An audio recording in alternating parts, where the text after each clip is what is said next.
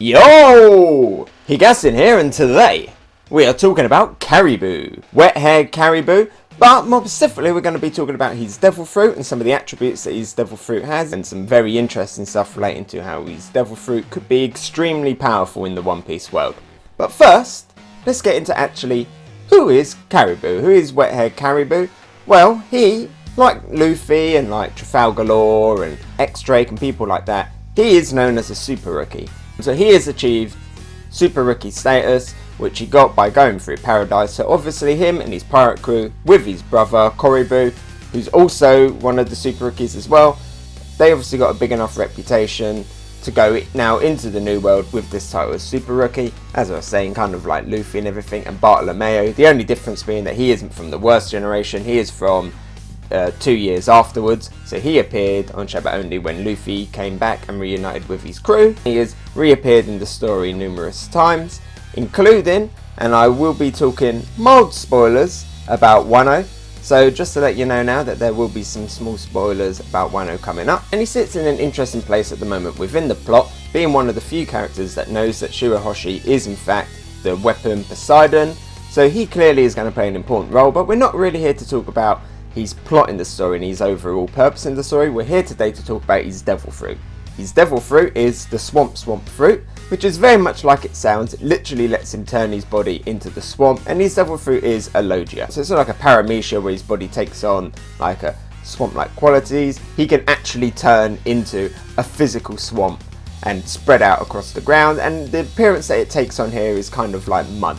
So his body essentially turns into mud. That's the kind of element that his logia power is based on. So obviously all logias all have different elements, as I said before in previous videos, such as ice and electricity. His is kind of like mud. And his logia has some very interesting properties of its own. It's very much similar to Blackbeard's devil fruit, in that with Blackbeard he can take objects and absorb them into his body using that black hole power that he has. Well, Caribou's is very similar. He as well has like an infinite amount of storage inside of his body, and he can literally absorb things into his body, even things much bigger than him, and they will fit inside his body without changing his appearance. For Blackbeard that is very clear, because Blackbeard's power is essentially meant to be black hole based, and black holes just absorb everything around them because of the gravity. For Caribou it's more kind of based on quicksand and like bogs and tar pits, basically getting stuck in the mud. So it's that same kind of principle. You're walking through the mud, you get your welly boot stuck in the mud, you're trying to pull your welly boot out and it keeps getting further and further down into it. That's kind of what Caribou's ability is with the swamp fruit, and that's how we see him use it. With Blackbeard, his is very quick. He puts his hand on the floor and it spreads out quickly and things fall into it. Caribou's isn't as powerful in the sense that it's a little bit more slower, He actually has to kind of slowly go around things and slowly absorb them in. But he does have that same ability. And another devil fruit it says similarities with is Capone one, the castle fruit, in that Caribou can then summon objects from his body, and we've seen that in one of his main attacks where he pulls out a great big Gatling gun from his chest. Really cool attack, and he's firing off the Gatling gun. That is very similar to Capone where Capone opens up the little things and out come cannonballs or even full troops. But the difference here being that Caribou's, they come out already at full size. With Capone there's like a little layer, like a barrier, like a shield, where they're still small, and then only when they get outside of that area, like the cannonball, it gets big. Caribou's, they just come out straight away big, so he actually has to kind of go into his full logia form. So obviously if it's something much bigger than him, he'll have to increase his size in order for that thing to come out. There's also a slight difference here that we've seen where Capone can actually store people. We've seen like entire horse battalions and stuff come out of him. Caribou can store people inside of him, but there's a little bit more of a question mark as to whether or not he can store people inside of him safely. We've seen in the past he's stored mermaids and stuff inside of him, and this is something that I'll touch on later on as to why they can be inside of him. But we've also seen him use these fruit, literally smother people and basically choke them, or as I will again get to a little bit later on in this video, a lot of teasing you with what's coming up in this video, he drowns people. We have seen, again now going to talk a little bit about Wano, we have seen that Raizo has been able to be inside of his body, but we're not really sure what the actual mechanics there is. It doesn't seem like it's the same as Capone where you go into Capone body and you can survive because it's actually like a little castle inside, there's a breathable atmosphere and everything. From what we're assuming, inside Caribou's body is actually just never-ending sludge, so it's as if you're suspended in sludge. But again, we'll talk about that a little bit more when I get into the main part of this video. And that thing that I want to talk about is what actually is his body. I keep saying it's mud, but what is mud? Because in all of One Piece, we've never actually seen anybody with a water fruit. And a lot of people have always speculated, can you actually have a water fruit? Because as we know, devil fruit users are weak in water. But the question here is, what is mud? If he's the swamp fruit, as we all know, swamps are made out of water. So let's actually analyse this and get into it. But first, come join me in the Hegassen swamp with a little like and subscribe. You'll make Caribou a happy boy. So yes, what is mud, and can you actually have a water-based devil fruit? Well, you can in a sense, and we have confirmation in a sense that you can have a water-based devil fruit because of the fact that we've got Aokiji, Kuzan's, and we got Monet's fruits, the ice fruit and the snow fruit. And ice and snow are just water in different states. They're in solid states, they're in solid states, not liquid states. So while they're not actually water, while they're not flowing water, they are water in a sense because they are made of the stuff that water is made of, but just frozen, you know. But is Caribou's fruit a liquid, and is it considered water? Mud. What is mud? Well, a quick little bit of Google searching and you very quickly find out that mud is water with dirt in it. And it can exist as a liquid or a semi-liquid, but for the most part it's considered a liquid, and it is normally always got about 50% plus water inside of it. So there you have it straight away, that mud is water. And as you see with Caribou, his devil fruit flows, it's goopy, and the fact that it's a swamp, you can very much put together that it is water. It's, you know, it's a little bit more solid, it's a little bit more compact, but there's definitely water in there. There's definitely at least 50% water in order for that to take place. And we know the fact that because he's a Logia, you know, it's not like it's his body with the essence of that thing, such as Luffy being rubber, his body takes on the properties of rubber. No, Caribou is actually turning into that element because he's a Logia, so he's actually turning into mud. Just like how Ace and Sabo, they're actually turning into fire. Here, Caribou is actually turning into mud. And mud, as I just said, is liquid water with dirt in it. So why is that so important? Well, it's important when you consider the fact that if his devil fruit is essentially water, or at least 50% plus water, could his power actually be one of the most powerful ones that we've seen in One Piece, especially when it comes to fighting other devil fruit users? So if Caribou's has got enough water in it, should it really be affecting devil fruit users? And again, we've got to break this down a little bit more and analyse actually how does water affect devil fruit users, and how have we seen devil fruit users interact with Caribou? Because we have seen Caribou in the past fight with devil fruit users. We've seen him fight and lose to Peckham's, who's a zone, who ate the turtle fruit, and we've seen him fight and lose to X-Drake, who's also a zone and ate the Allosaurus fruit, and he lost both times very, very easily. And that is one of the problems with Caribou. He may have this devil fruit that is potentially very powerful, but Caribou himself, he is very weak. But if he can master it, this could be a very powerful fruit. And I should point out here that at least when we definitely saw it with Peckham's, the X-Drake one was in a cover page spread, so it's a little bit harder to judge. But at least with Peckham's, we know that Peckham's literally punched him once with a huggied up fist, and that was enough to knock Caribou out. That's how weak it was. So we never actually really got to see him interact properly with Caribou's actual devil fruit powers itself, because obviously huggy punches cancel out Logia powers and allows them to hit them. And we know with past experiences with devil fruit users that just touching water isn't enough. Sea stone is a different matter, but at least touching water isn't enough. One of the things that has been said in the past is that devil fruit users, they need to be in standing water for the effects to actually take place.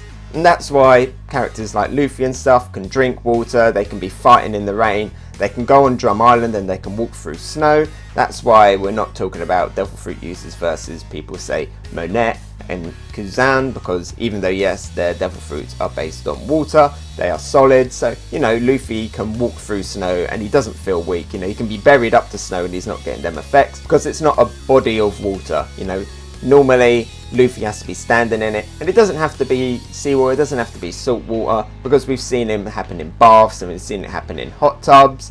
But we know, like I say, he can fight in the rain, he can get splashed by the waves, and he's not constantly always falling on the floor weak. You know, he's always sitting on the head of the Thousand Sunny or the Going Mary. It's not like every time he gets splashed with water he's passed out and falls in the water. We saw in the fight with Peckham's that at no point was Peckham's actually standing in any of Caribou's swamp. He literally walked up to him, punched him once in the stomach, and that was it.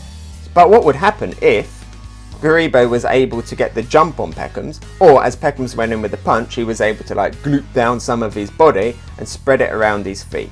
Could that potentially actually affect a Devil Fruit user as if they were standing in flowing water? Because like I said, it is at least 50% water. Okay, the argument was made the fact that snow is a solid and it is water, but a Devil Fruit user can stand in it. But if mud is at least 50% water, then there is at least 50% water that they're standing in, and that's still quite a lot of water. Is that going to be enough to actually affect them? Like I said, we've seen a lot of characters like Luffy and stuff in hot tubs and in baths, and you know, presumably the water there's also got other stuff in it like soap and stuff, and them effects are still kicking in. Yo, just a quick clarification, when I'm talking about Devil Fruit users being in baths, I'm talking about Devil Fruit users being in baths up to knee deep, so knee deep and above. The test of this will be, again, talking about Wano, because in Wano we see that Caribou is using his powers for like espionage, and he is sneaking Raizo around the Udon prison where they are both captured in.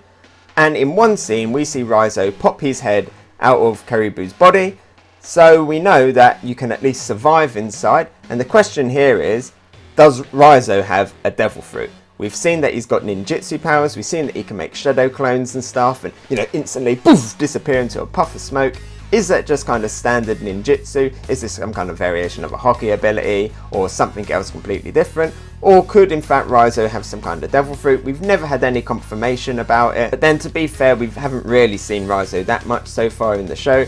Could very well be linked to some kind of Devil Fruit ability, but no one has brought it up. And this brings me on to something else that I wanted to talk about earlier on, and that is the fact that inside Caribou's body, because it is water, he can drown people, and we've seen him use that as an attack.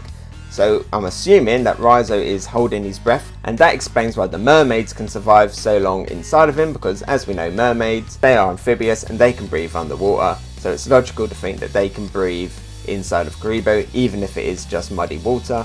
And again, that kind of more supports the theory of the fact that it is in fact a more water-based fruit than it is an earth kind of power-based fruit, the fact that mermaids can survive in there. The question again is, it's all hinging on Raizo again. We need confirmation as to whether or not he's holding his breath, or whether or not Caribou can like willingly let him survive in there, or if there are pockets of air inside of there, because we don't know what it looks like inside there. We've seen kind of what it's like inside of Blackbeard's, and we know what it's like inside of Capone Bage's Devil Fruit, but we don't know what it's like in Caribou's. So far the headcanon is the fact that it's just an endless expanse of mud and you are just suspended inside it like I think the test would be if Luffy ever actually interacts with Caribou in this Wano arc, and if we ever get Luffy go inside of Caribou for him to like sneak him out of the prison or something, then we will actually get to see whether or not there is any effect going on here on Devil Fruits.